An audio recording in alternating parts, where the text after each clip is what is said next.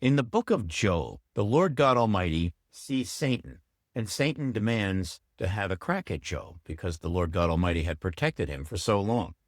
And the Lord God Almighty gives Satan that choice, the choice to do evil and to destroy Job.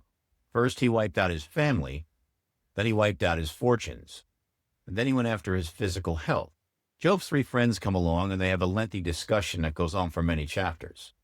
Basically, Job is saying, I didn't do anything to deserve this. And his friends are saying, God would never do such a thing. He would never do this. You must have done something. Finally, the Lord appears to Job and begins to talk to him.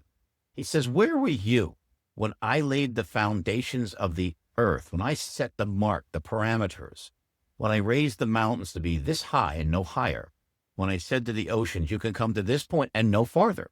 In that day, all the morning stars sang together, and all the sons of God shouted for joy.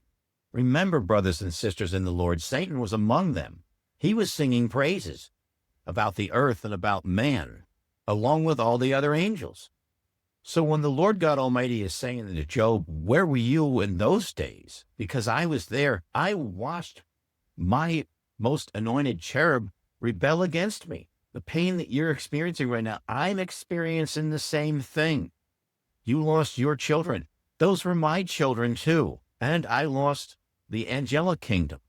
About a third of them have rebelled. So the Lord God Almighty is saying to Job, I understand pain as much as you could ever understand my ability to understand pain, and more. This doesn't answer the universal question, why is all this here? Why is all this evil here? But it does give us a glimpse into the mind of God and the broken heart of God in the story of Job. I'm Biblical Sojourner. If you like this kind of content, please subscribe. May God be with you.